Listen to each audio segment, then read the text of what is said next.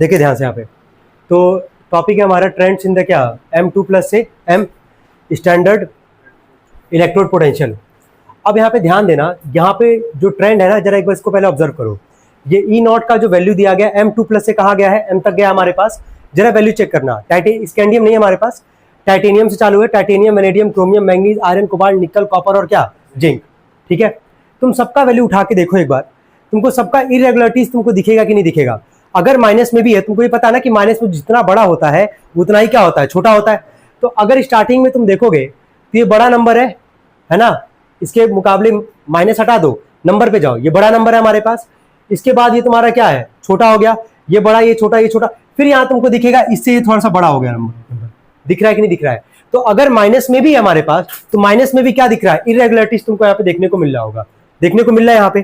ठीक है, लेकिन केवल इकलौता एक ऐसा वैल्यू है जो कि है कॉपर, जहां तुमको दिखेगा कि इसका वैल्यू क्या होता है, पॉजिटिव। क्या होता है, पॉजिटिव। यानी कि इससे तुम समझ रहोगे कि अगर इस ट्रेंड पे अगर तुम्हारा सवाल अगर आएगा तो किससे सवाल बनेगा, कॉपर से।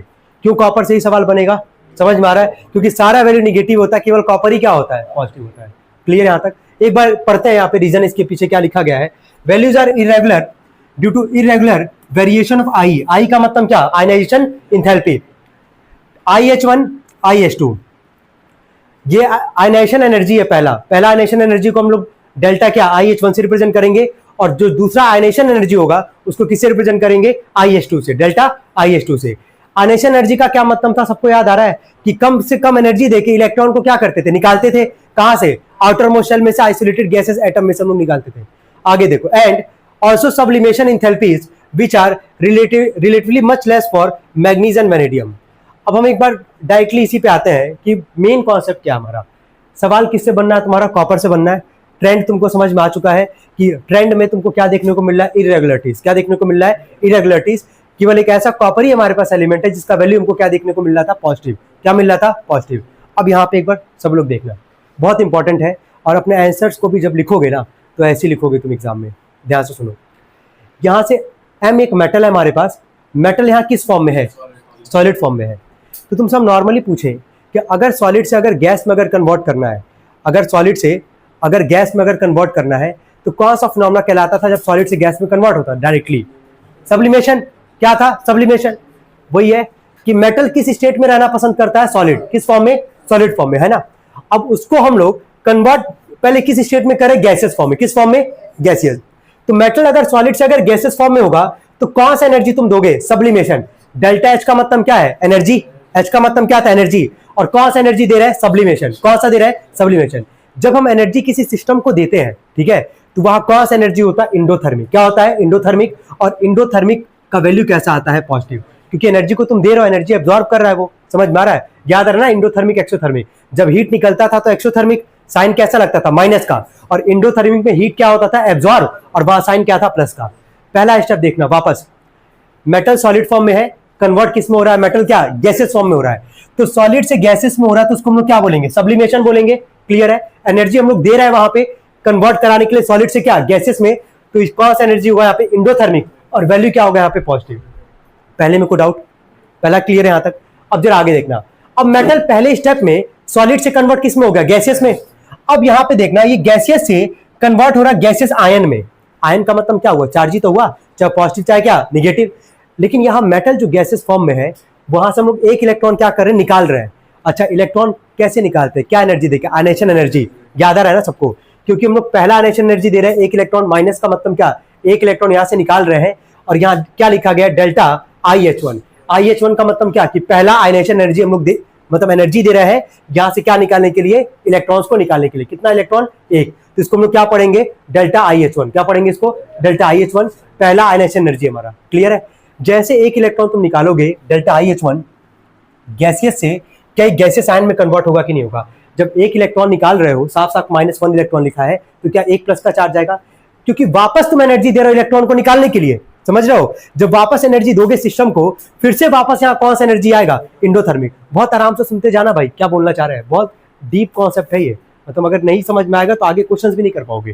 ठीक है, वापस सिस्टम में तुम एनर्जी दे रहे हो कि नहीं दे रहे हो, गैसेस में पहले कन्वर्ट हुआ, अब गैसेस से वापस वहां से एक चार्ज निकालने, एक इलेक्ट्रॉन निकालने के लिए वापस एनर्जी तुम दे रहे हो, तो वापस इंडोथर्मिक, और वैल्यू यहाँ पे क्या आएगा, पॉजिटिव। क्लियर है यहाँ तक, अच्छा ठीक है। कॉन्सेप्ट क्या था हमारा, ध्यान देना, M2 प्लस M था ना, तो हम लोग M से क्या निकाले, M2 प्लस।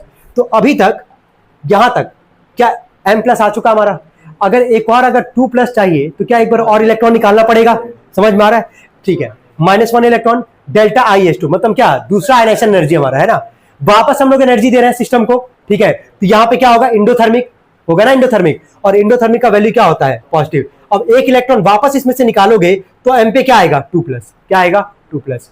क्लियर हो रहा है कि नहीं हो रहा है, क्या पहला लाइन सबको समझ में आ रहा है, कोई डाउट यहां तक है तो बताओ। M सॉलिड फॉर्म में था, पहले सब्लिमेशन एनर्जी देके किसमें किए, गैसेस फॉर्म में, गैसेस से वापस एक पहला आयनेशन एनर्जी हम लोग दिए तो एक इलेक्ट्रॉन निकला हमारा M प्लस, ठीक है। फिर वापस दूसरा आयनेशन एनर्जी दिए, दूसरा इलेक्ट्रॉन निकला M पे क्या, 2 प्लस। कोई डाउट यहां तक। लेकिन यहां लास्ट वाला कॉन्सेप्ट समझना है कि गैसियस से इसका स्टेट हम लोग क्या रखेंगे, एक्वस, किसमें, एक्वस, स्टेबल जिसमें होगा उसी में तो रखोगे। गैसियस से किसमें रखेंगे हम लोग, एक्वस में रखेंगे। तो जब गैसियस से एक्वस में हम लोग स्टेट अगर चेंज करते हैं तो वहां पर हम लोग कौन सा एनर्जी देते हैं, हाइड्रेशन एनर्जी। कौन सा एनर्जी, क्लियर हो पा रहा है कि गैसियस से अगर हम लोग को अगर एक्वस में कन्वर्ट करना है तो कौन सा एनर्जी देंगे, हाइड्रेशन एनर्जी। अब यहां पे जो तुम एनर्जी दोगे, मतलब यहां पे जब हाइड्रेशन एनर्जी हम लोग यहां पे देंगे तो यहां से एनर्जी बाहर निकलता है, मतलब हीट क्या होगा, बाहर निकलेगा। और यहां पे तुमको दिख रहा होगा एक्सोथर्मिक इन नेचर है, क्या ये, एक्सोथर्मिक। मतलब जब एक्वस से, जब गैसियस से एक्वस में कन्वर्ट करोगे तो हाइड्रेशन एनर्जी के थ्रू करोगे, लेकिन उस केस में एनर्जी क्या होता है, बेसिकली निकलता है, मतलब हीट निकलता है। जब हीट निकलेगा तो क्या होगा, एक्सोथर्मिक, और उसका चार्ज कैसा होगा, माइनस, क्या होगा, माइनस। क्लियर है कि नहीं, बस हमको ये बताओ, क्या ये पूरा कॉन्सेप्ट समझ में आ रहा है, याद हो रहा है सबको, हाँ बोले। जब गैसियस से एक्वस में कन्वर्ट करोगे तो हाइड्रोजन एनर्जी देके ही कन्वर्ट करेंगे, हाँ दैट्स इट। कोई डाउट इसके अलावा, यहां तक सबको क्लियर है, ठीक है। अब ध्यान से सुनना, हम पूरा तुमको ये बताना चाह रहे हैं कि कॉपर का क्यों वैल्यू पॉजिटिव होगा, बाकी सबका क्यों होगा, निगेटिव होगा। अब एक बार चेक करो, देखो कितनी बार तुमको इंडोथर्मिक दिख रहा है और कितनी बार एक्सोथर्मिक दिख रहा है, 3 बार क्या दिख रहा है, इंडोथर्मिक, और एक बार क्या दिख रहा है, एक्सोथर्मिक। यानी कि ओवरऑल जो पॉजिटिव चार्ज होगा वो ज्यादा होगा, 3 बार है ना पॉजिटिव, तो ओवरऑल पॉजिटिव चार्ज क्या होगा, ज्यादा, और निगेटिव चार्ज क्या होगा, कम।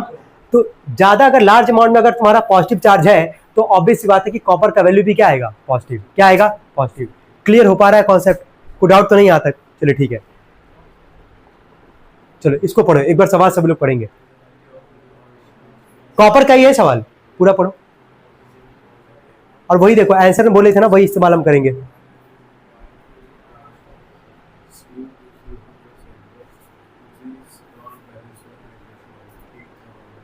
क्लियर है, क्यों ई नॉट Cu से Cu प्लस का जो वैल्यू होता है 2 प्लस का क्यों पॉजिटिव होता है। अभी रीजन समझा है ना, कि क्योंकि इंडोथर्मिक लार्ज अमाउंट में क्या है, पॉजिटिव चार्ज कंटेन कर रहा है, निगेटिव चार्ज का क्वांटिटी क्या है, कम है, तो ओवरऑल वैल्यू क्या आएगा कॉपर का, पॉजिटिव ही तो आएगा। वही यहाँ लिखा गया है कि Cu से Cu2 प्लस जो एक्वस फॉर्म में होगा, ठीक है, which is not balance bye क्या, हाइड्रेशन एनर्जी। हाइड्रेशन एनर्जी जो हम लोग लास्ट में सप्लाई कर रहे हैं वो बैलेंस नहीं करेगा, एनर्जी तो चार्ज होगा ही, निकलेगा वहां से, हीट निकलेगा, एनर्जी निकलेगा, माइनस का ही रहेगा, लेकिन माइनस का जो क्वांटिटी होगा वो क्या होगा, कम, और पॉजिटिव चार्ज का चार्ज क्या होगा, एक तरीके से ज्यादा होगा। ये देख लो एक बार, मेटल की जगह M था ना, इसके पहले वाले स्लाइड में क्या दिख रहा है, M दिख रहा है। अब M का मतलब क्या है, मेटल, और यहाँ मेटल यहाँ पे किसको रिप्लेस कर रहे हैं, कॉपर, सॉलिड फॉर्म में है, याद रखना, सॉलिड से पहले क्या, गैसियस, कौन सा एनर्जी, सब्लिमेशन, इंडोथर्मिक चार्ज क्या, पॉजिटिव। फिर कॉपर गैसेस से एक आयनेशन एनर्जी निकलेगा, कॉपर प्लस, गैसेस फॉर्म में, इंडोथर्मिक चार्ज क्या, पॉजिटिव। फिर दूसरा एनर्जी निकालोगे, मतलब दूसरा आयनेशन एनर्जी दोगे वहां पे, तो वापस यहाँ पे Cu पे क्या आएगा, 2 प्लस आएगा। अब ये गैसियस फॉर्म से कन्वर्ट किसमें हो रहा है, एक्वस, तो गैसियस से एक्वस कैसे दोगे, हाइड्रेशन एनर्जी, और वहां इंडोथर्मिक नहीं होगा, वहां क्या होगा, एक्सोथर्मिक, चार्ज क्या आएगा, माइनस। क्लियर है कि नहीं क्लियर है, बस ये बताओ, टोटल एनर्जी रिक्वायर्ड, एक मिनट, टोटल एनर्जी जो रिक्वायर्ड हमारे पास उसका वैल्यू क्या होगा, हमारे पास ज्यादा होगा, मतलब पॉजिटिव चार्ज का क्वांटिटी क्या है, ज्यादा, और टोटल एनर्जी जो निकल रहा है, जो बाहर निकलेगा, यानी कि एक्सोथर्मिक, उसका क्वांटिटी क्या होगा, कम। इसीलिए कॉपर का चार्ज क्या आएगा, कॉपर का वैल्यू क्या आएगा, पॉजिटिव आएगा। हाँ बोले,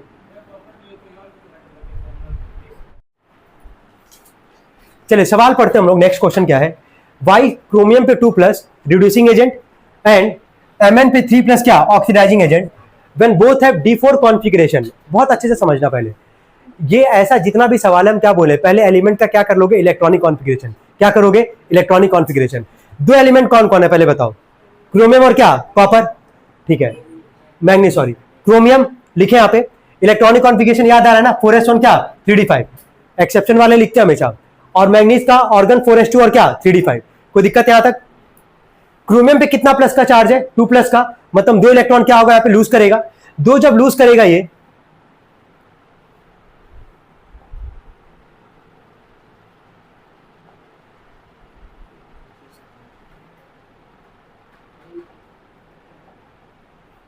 दो जब यहां पे लूज करेगा ये, एक इलेक्ट्रॉन एस में से जाएगा और एक डी में से जाएगा। तो यहाँ पे 3d4 है कि नहीं? यहाँ पे सवाल क्या है, इतना समझ में आ रहा है कि नहीं? बस पहले हमको ये बताओ, क्रोमियम 2 प्लस और मैग्नीज 3 प्लस, बोला कि दोनों का, क्यों ये 2 प्लस का रिड्यूसिंग एजेंट है, 3 प्लस ऑक्सीडाइजिंग एजेंट है, जबकि दोनों का इलेक्ट्रॉनिक कॉन्फिगरेशन क्या है? D4। क्या है? D4। क्या क्रोमियम का पहले किए 2 प्लस का बात किया था, 2 इलेक्ट्रॉन निकाले, क्या डी में 4 इलेक्ट्रॉन है कि नहीं है? बहुत इंपॉर्टेंट क्वेश्चन है ये भी। यहां तक सबको समझ में आ रहा है? चलो अगला एलिमेंट कौन था? मैग्नीज। यहां पे भी नॉर्मल इलेक्ट्रॉनिक कॉन्फिगरेशन की 3 प्लस है तो 3 इलेक्ट्रॉन निकलेगा, एस में से 2 निकाल दिए, एक डी में से जाएगा। क्या यहां भी डी में कितना इलेक्ट्रॉन दिख रहा है? 4। क्लियर है? अच्छा, ये पुराना कॉन्सेप्ट है, होप सबको पता भी होगा। रिड्यूसिंग एजेंट अगर बात कर रहा है, रिड्यूसिंग वर्ड बोला है, तो रिड्यूसिंग क्या हुआ? एजेंट हुआ।